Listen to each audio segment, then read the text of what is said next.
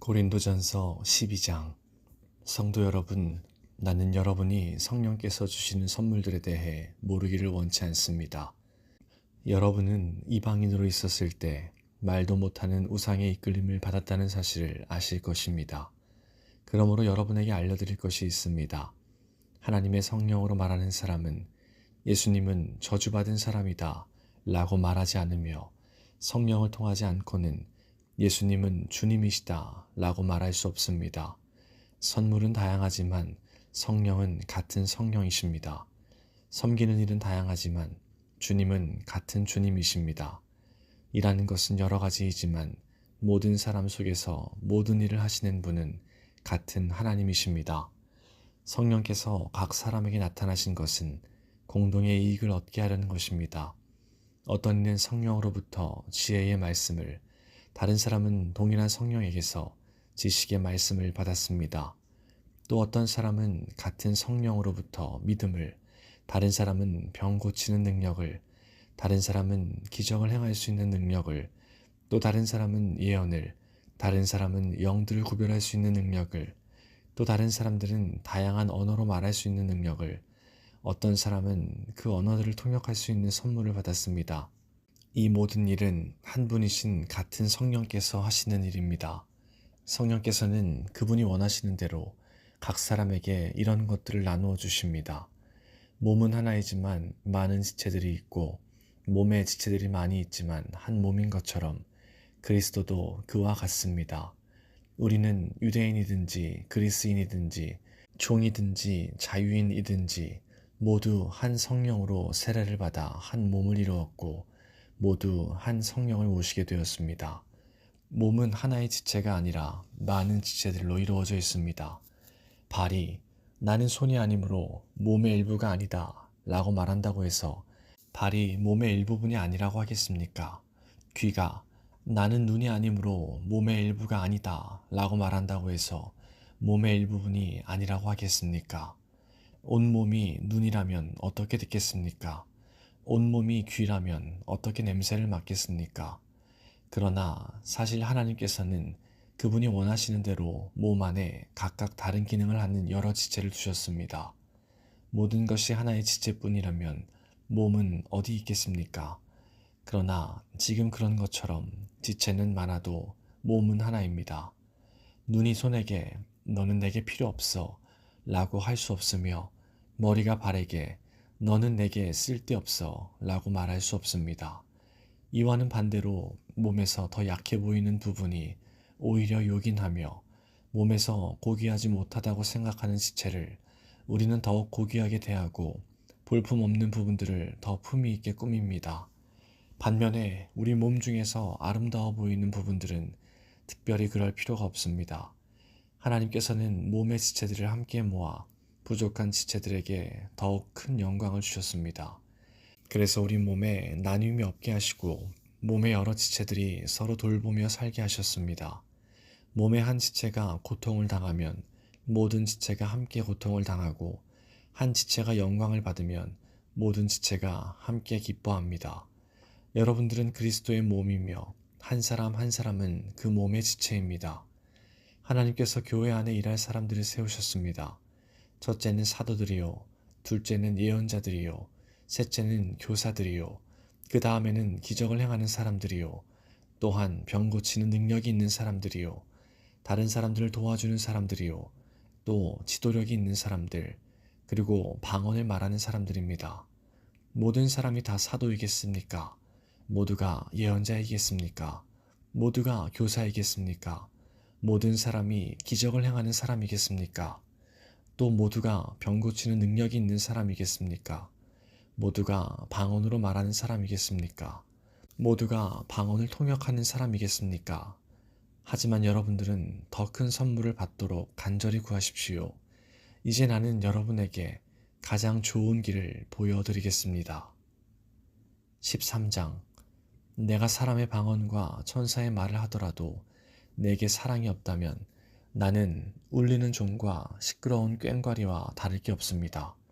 내가 예언하는 선물을 받고 모든 비밀과 모든 지식을 헤아리고 또 산을 옮길 만한 믿음을 가지고 있다 하더라도 내게 사랑이 없다면 나는 아무것도 아닙니다. 내가 내 모든 재산을 나누어 주고 내 몸을 불사르게 내어준다 하더라도 사랑이 없으면 내가 얻는 것은 아무것도 없습니다. 사랑은 오래 참습니다. 사랑은 친절합니다. 사랑은 시기하지 않습니다. 사랑은 자랑하지 않습니다. 사랑은 교만하지 않습니다. 사랑은 무례히 행동하지 않습니다. 사랑은 자기 유익을 구하지 않습니다. 사랑은 쉽게 성내지 않습니다. 사랑은 원한을 품지 않습니다. 사랑은 불의를 기뻐하지 않고 진리와 함께 기뻐합니다. 사랑은 모든 것을 덮어주며 모든 것을 믿으며 모든 것을 소망하며 모든 것을 견뎌냅니다. 사랑은 영원합니다. 예언은 있다가도 없고 방언도 있다가 그치며 지식도 있다가 사라질 것입니다. 우리가 지금은 부분적으로 알며 부분적으로 예언하지만 완전한 것이 오면 부분적인 것은 사라지게 될 것이기 때문입니다. 내가 어렸을 때는 말하는 것이 어린아이와 같고 생각하는 것이 어린아이와 같고 깨닫는 것이 어린아이와 같았지만 어른이 되어서는 유치한 것들을 버렸습니다. 지금은 우리가 거울을 통해 보는 것 같이 희미하게 보지만 그때에는 얼굴과 얼굴을 마주 보듯이 보게 될 것입니다. 지금은 우리가 부분적으로 알지만 그때에는 하나님께서 나를 아신 것처럼 완전하게 알게 될 것입니다.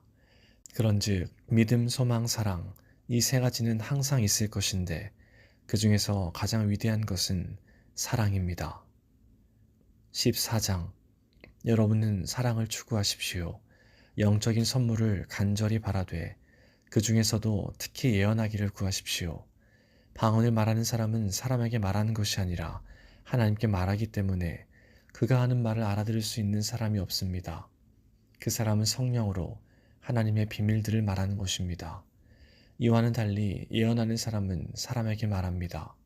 그는 사람들에게 덕을 세우며 용기를 북돋우고 위로를 주는 말을 합니다. 방언을 말하는 사람은 자기 자신에게만 덕을 세우지만 예언하는 사람은 교회에 덕을 세웁니다. 나는 여러분 모두가 방언을 말하기를 원하지만 더욱 원하는 것은 예언하는 것입니다. 교회에 덕을 세우기 위해서는 통역하는 사람이 없다면 방언을 말하는 것보다는 예언하는 사람이 더 위대합니다. 성도 여러분, 내가 여러분에게 가서 방언으로 말하고 계시나 지식이나 예언이나 교훈으로 말하지 않는다면 방언으로 말하는 것이 여러분에게 무슨 유익이 되겠습니까? 마찬가지로 필이나 검은고와 같이 생명이 없는 악기가 악보대로 명확하게 구별되는 소리를 내지 않으면 그것이 무엇을 연주하는지 어떻게 알겠습니까? 나팔수가 분명한 소리를 내지 않으면 누가 전투 준비를 할 수 있겠습니까? 이처럼 여러분도 방언으로 알아듣지 못하는 말을 하면 여러분이 말하는 것을 어떻게 알아들을 수 있겠습니까? 그것은 단지 허공에다 대고 말하는 것에 불과합니다. 세상에는 여러 종류의 다양한 소리가 있고 그 어느 것도 의미가 없는 소리는 없습니다. 내가 그 소리의 의미를 이해하지 못하면 나는 그 사람에게 외국인이 되고 그 사람도 내게 외국인이 될 것입니다. 여러분에게 있어서도 마찬가지입니다. 여러분이 영적인 선물을 간절히 바라고 있으니 여러분은 교회의 덕을 세우는 선물을 넘치게 받을 수 있도록 힘쓰십시오. 이런 이유로 방언으로 말하는 사람은 자기가 말하는 것을 통역할 수 있게 해달라고 기도해야 합니다. 혹시 내가 방언으로 기도하게 된다면 내 영은 기도하지만 내 마음은 아무런 열매가 없습니다. 그렇다면 어떻게 하면 좋겠습니까? 나는 영으로 기도하면서 마음으로도 기도하겠습니다. 또 영으로 찬양하면서 마음으로도 찬양하겠습니다. 그렇지 않고 여러분이 영으로만 하나님께 감사한다면 거기에 참석한 초심자가 여러분의 말을 알아듣지 못하는데 어떻게 여러분이 드린 감사에 아멘이라고 말하겠습니까? 여러분이 감사한 것 자체는 잘한 일이었는지 몰라도 다른 사람에게는 덕을 세우지 못하는 것입니다. 나는 내가 여러분 중에 어느 누구보다도 더 많이 방언을 말하는 것으로 인해 하나님께 감사드립니다. 그러나 나는 교회에서 방언으로 10,000마디를 말하는 것보다 알아들을 수 있는 언어로 5마디를 말하길 원합니다. 성도 여러분, 생각하는 데 있어서는 어린아이가 되지 마십시오. 악에 대해서는 갓난아이가 되어야 하겠지만 생각하는 데 있어서는 어른이 되어야 합니다. 율법에 이런 기록이 있습니다. 주님께서 말씀하시기를 다른 방언하는 사람들과 외국인의 입술을 통해 이 백성에게 말할지라도 저희가 오히려 나의 말을 듣지 않을 것이다. 그러므로 방언은 믿는 사람들이 아니라 믿지 않는 사람들을 위해 주신 표적이지만 예언은 믿지 않는 사람들이 아니라 믿는 사람들을 위해 주신 것입니다. 만일 모든 교회가 한자리에 모여서 저마다 방언으로 말한다면 깨달음이 적은 사람이나 믿지 않는 사람이 교회에 들어와서는 여러분을 정신 나갔다고 하지 않겠습니까? 그러나 모든 사람이 예언하고 있는데 믿지 않는 사람이나 깨달음이 적은 사람이 들어오면 그들은 모든 사람들에 의해 자기가 죄인이라는 책망을 받고 모든 사람들에게 심판을 받아 그 사람 속에 감춰진 것들이 백일하에 드러날 것이며 그 사람은 무릎을 꿇고 하나님을 경배하며 참으로 하나님께서 여러분 가운데 계십니다 라고 외칠 것입니다. 성도 여러분, 어떻게 하면 좋겠습니까? 여러분이 함께 모일 때 어떤 사람에게는 찬송할 것이 있고 어떤 사람은 가르칠 것이 있고 또 다른 사람에게는 계시가 있고 방언도 있고 통역하는 것도 있을 것입니다. 이 모든 것은 교회의 덕이 되게 행하십니다. 누군가 방언을 말하게 되는 경우 두 사람 혹은 기껏해야 세 사람 정도만 말하게 하십시오. 그것도 한 번에 한 사람씩 말하고 한 사람은 통역을 하십시오. 통역하는 사람이 없으면 교회에서는 방언을 하지 말고 자기 자신과 하나님께만 말하십시오. 예언하는 사람의 경우에는 두세 명이 말하고 다른 사람은 그들이 말하는 것을 분별하도록 하십시오. 그러나 만일 앉아있는 다른 사람에게 계시가 내리면 먼저 예언하던 사람은 예언을 그쳐야 합니다. 이래야 여러분 모두가 차례대로 예언할 수 있게 되어 모든 사람들이 교훈과 격려를 받게 됩니다. 예언자들의 영은 예언자들의 자기 절제에 의해 통제를 받습니다. 하나님은 무질서의 하나님이 아니라 평화의 하나님이십니다. 성도들의 모든 교회에서 그렇게 하듯이 여자는 교회에서 말없이 있어야 합니다. 여자들이 말한 것은 허락되지 않았습니다. 율법에서 말하듯이 여자들은 복종해야 합니다. 혹시 배우고 싶은 것이 있으면 집에서 자기 남편들에게 물어보십시오. 여자가 교회에서 말하는 것은 여자 자신에게 부끄러운 일입니다. 하나님의 말씀이 여러분에게서 나왔습니까? 아니면 하나님의 말씀이 여러분에게만 내렸습니까? 누구든지 자기를 예언자나 영적인 선물을 받은 자로 생각하는 사람이 있으면 내가 여러분에게 쓴 것이 주님의 계명이라는 것을 명심하십시오. 이러한 사실을 인정하지 않는 사람은 자신도 인정받지 못할 것입니다. 그러므로 나의 성도 여러분, 예언하기를 간절히 바라십시오. 그리고 방언으로 말하는 것을 막지 마십시오. 다만 모든 것을 적당하게 하고 질서 있게 하십시오. 15장. 성도 여러분, 내가 여러분에게 전파한 복음에 대해 여러분에게 알려드리려고 합니다. 여러분이 받아 그 안에 굳게 선 복음 말입니다. 내가 여러분에게 전파한 말씀을 굳게 붙들고 헛되이 믿지 않으면 여러분은 이 복음으로 구원을 얻습니다. 내가 받은 가장 중요한 것을 여러분에게 전해주었습니다. 그리스도께서 성경에 기록된 대로 우리 죄를 위해 죽으신 것과 장사 지낸 바 되었다가 성경에 기록된 대로 3일 만에 다시 살아나셨다는 것과 그리고는 베드로에게 나타나시고 그 후에 12제자에게 나타나시고 그 후에 한 번에 500명이 넘는 사람들에게도 나타나셨다는 사실입니다. 그 사람들 중에는 이미 죽은 사람들도 있지만 대부분은 아직도 살아 있습니다. 그 후에 야고보에게, 그 다음에 모든 사도들에게 나타나시고 맨 마지막으로 조사나와 같은 나에게도 나타나셨습니다. 나는 모든 사도들 중에서 가장 작은 사람입니다. 나는 과거에 하나님의 교회를 핍박했던 사람이기 때문에 사도라고 불릴 자격이 없습니다. 그러나 지금의 나는 하나님의 은혜로 된 것이므로 내게 베푸신 그분의 은혜가 헛되지 않습니다. 나는 다른 사도들보다 더 열심히 일하였습니다. 그러나 그 일은 내가 한 것이 아니라 나와 함께 하시는 하나님의 은혜로 한 것이었습니다. 내가 되었든지 아니면 그 사람들이 되었든지 간에 우리가 전파한 복음은 이런 내용이고 여러분은 이것을 믿었습니다. 그리스도께서 죽은 자들 가운데서 다시 살아나셨다고 우리가 전파하는데 여러분 중에서 죽은 자들의 부활이 없다고 말하는 사람이 있는 것은 어찌된 일입니까? 죽은 자들의 부활이 없다면 그리스도께서도 다시 살아나지 못하셨을 것입니다. 그리고 그리스도께서 다시 살아나지 못하셨다면 우리가 전파한 복음도 헛되며 여러분의 믿음도 헛될 것입니다. 그뿐만이 아닙니다. 우리는 하나님께서 그리스도를 다시 살리셨다고 그분에 대해 증언했으니 하나님에 대해 거짓 증언한 사람들로 판명될 것입니다. 죽은 자들이 다시 살아나지 못한다면 하나님께서 그리스도를 다시 살리지 않았을 것입니다. 참으로 죽은 자들이 다시 살아나는 일이 없다면 그리스도께서도 다시 살아나지 못했을 것입니다. 그리고 그리스도께서 살아나지 않으셨다면 믿음은 공허한 것이 될 뿐더러 여러분은 여전히 죄 가운데 있을 것입니다. 그렇게 되면 그리스도를 믿다가 죽은 사람들도 멸망했을 것입니다.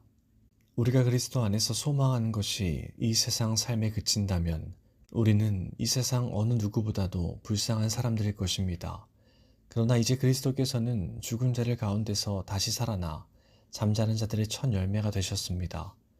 죽음이 한 사람을 통해 온 것처럼 죽은 자들의 부활도 한 사람을 통해 옵니다. 아담 안에서 모든 사람이 죽은 것 같이 그리스도 안에서 모든 사람이 생명을 얻게 될 것입니다. 하지만 각각 차례가 있습니다. 첫 열매이신 그리스도께서 먼저요. 그 다음에는 그리스도께서 재림하실 때 그리스도께 속한 사람들입니다. 그리고 나서 그리스도께서 모든 권력과 모든 권세와 능력을 멸하고 나라를 하나님 아버지께 돌려드릴 마지막 때가 올 것입니다. 그리스도께서는 모든 원수를 자기의 발 아래 두실 때까지 당연히 왕노릇해야 합니다. 그리스도께서 멸망받을 마지막 원수는 죽음입니다. 성경에 하나님께서 모든 것을 그분의 발 아래 복종시키셨다 라고 기록되어 있습니다. 여기서 모든 것을 그분의 발 아래 복종시킨다고 할 때는 모든 것을 그리스도 아래 두신 하나님 자신은 그 안에 포함되지 않는다는 것이 분명합니다. 하나님께서 모든 것을 하나님의 아들 아래 복종시키실 때에는 아들 자신도 모든 것을 자기 아래 두신 아버지께 복종할 것입니다. 그리하여 하나님께서 우주의 주님으로서 만물을 지배하실 것입니다. 죽은 자들이 다시 살아나는 일이 없다면 죽은 자들을 위해 대리로 세례를 받는 사람들은 왜 세례를 받는 것입니까? 죽은 사람들이 도무지 살아나지 않는다면 그 사람들이 죽은 자들을 위해 세례를 받는 이유는 무엇입니까? 우리의 경우는 어떻습니까? 우리는 무슨 이유로 매 순간 위험에 처한단 말입니까? 성도 여러분, 우리 주 예수 그리스도 안에서 내가 여러분에 대해 가지고 있는 자랑을 두고 확신 있게 말합니다만 나는 날마다 죽습니다. 내가 에베소에서 사나운 짐승들과 싸운 것이 단순히 인간적인 이유에서였다면 내가 얻은 것이 무엇이겠습니까? 죽은 자들이 다시 살아나는 일이 없다면 먹고 마시자, 내일이면 죽을 목숨이라고 하지 않겠습니까? 속지 마십시오. 나쁜 친구를 사귀면 좋은 습관도 나쁘게 됩니다. 정신을 똑바로 차리고 죄 짓지 마십시오. 여러분 중에 하나님에 대해 무지한 사람들이 덜어 있어서 여러분이 부끄러운 줄을 알라고 이 말을 하는 것입니다. 그러나 죽은 자들이 어떻게 다시 살아나며 또 그들은 어떤 몸으로 나오게 되느냐 라고 묻는 사람이 있을 것입니다. 참으로 어리석습니다. 여러분이 뿌리는 씨는 죽지 않으면 살아나지 못합니다. 여러분이 뿌리는 것은 다 자란 몸이 아니라 밀이든 그 밖에 다른 곡식이든 단지 그 씨일 뿐입니다. 그러나 하나님께서는 그분의 계획대로 뿌린 것에 몸을 주시며 씨앗 하나하나에 각각 알맞는 몸을 주십니다. 모든 육체가 똑같지는 않습니다. 사람의 육체가 있고 동물의 육체가 있으며 새의 육체가 있고 물고기의 육체가 있습니다. 또한 하늘에 속한 몸만 있는 것이 아니라 땅에 속한 몸도 있습니다. 그러나 하늘에 속한 영광과 땅에 속한 영광이 각각 다릅니다. 해와 달과 별의 영광이 각각 다르고 별들 사이에서도 그 영광은 각기 다릅니다. 죽은 자들의 부활도 이와 같습니다. 썩을 몸을 심지만 썩지 않을 몸으로 다시 살아납니다. 비천한 몸을 심지만 영광스러운 몸으로 다시 살아납니다. 또한 약한 몸을 심지만 능력 있는 몸으로 다시 살아납니다. 자연적인 몸을 심지만 영적인 몸으로 다시 살아납니다. 자연적인 몸이 존재한다면 영적인 몸도 존재합니다. 성경에 첫사람 아담이 살아있는 존재가 되었다 고 기록된 것처럼 마지막 아담은 생명을 주는 영이 되었습니다. 그러나 신령한 몸이 먼저 있었던 것은 아닙니다. 자연적인 몸이 먼저 있었고 그 후에 신령한 몸이 왔습니다. 첫 사람은 땅의 흙에서 나왔고 둘째 사람은 하늘에서 났습니다. 땅에 속한 사람들은 땅에 속한 그 사람과 같고 하늘에 속한 사람들은 하늘에 속한 그분과 같습니다. 우리가 땅에 속한 사람의 형상을 지니고 있는 것처럼 하늘에 속한 분의 형상을 지니게 될 것입니다.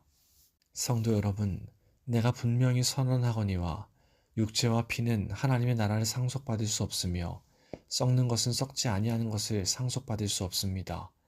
내가 여러분에게 비밀을 알려드리겠습니다. 우리는 다 잠잘 것이 아니라 변화될 것입니다. 마지막 나팔 소리가 울릴 때 눈 깜짝할 사이에 죽은 자들이 썩지 않을 몸으로 다시 살아나며 우리는 변화될 것입니다. 썩을 몸은 반드시 썩지 않을 몸을 입어야 하며 죽을 몸은 죽지 않을 몸을 입어야 합니다. 썩을 몸이 썩지 않을 몸을 입고 죽을 몸이 죽지 않을 몸을 입게 되면 승리가 죽음을 삼켜버렸다. 고 기록된 말씀이 사실로 드러나게 될 것입니다. 죽음아, 너의 승리가 어디 있느냐? 죽음아, 너의 찌르는 것이 어디 있느냐? 죽음이 찌르는 것은 죄이며 죄의 힘은 율법입니다. 그러나 우리 주 예수 그리스도를 통해 우리에게 승리를 주시는 하나님께 감사합니다. 그러므로 나의 사랑하는 성도 여러분, 굳게 서서 흔들리지 말고 항상 주님의 일을 위해 자신을 드리십시오. 주님을 위해 일한 여러분의 수고는 결코 헛되지 않는 것임을 기억하시기 바랍니다. 16장. 이제 성도들을 돕기 위한 헌금에 대해 말하고자 합니다. 내가 갈라디아의 여러 교회에게 지시한 대로 여러분도 그렇게 하십시오. 여러분은 매주 첫날 각자 할 수 있는 대로 자기 수입에 따라 얼마씩을 저축해 두십시오. 그리하여 내가 여러분에게 갈 때 헌금을 하고 마음 쓰는 일이 없게 하십시오. 내가 그곳에 가게 되면 여러분이 인정하는 사람에게 내가 소개장을 주어 그가 여러분이 모은 선물을 예루살렘으로 가져가게 하겠습니다.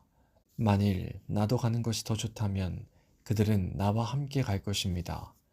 나는 마케도니아에 갈 일이 있으니 그곳에 들렀다가 여러분에게 가려고 합니다. 여러분에게 가면 나는 얼마 동안 여러분과 함께 지낼 것 같습니다. 어쩌면 그곳에서 겨울을 날지도 모르겠습니다. 그런 뒤에 다음 목적지가 어디든지 간에 여러분이 그리로 나를 보내주시기 바랍니다. 나는 지금 지나가는 길에 잠깐 들러 여러분을 보려는 것이 아닙니다. 주님이 허락하신다면 한동안 여러분과 함께 지내고 싶습니다. 그러나 오순절까지는 에베소에 머물 예정입니다. 나를 대적하는 자들이 많기는 하지만 많은 일을 할 수 있는 큰 문이 내게 열려있기 때문입니다.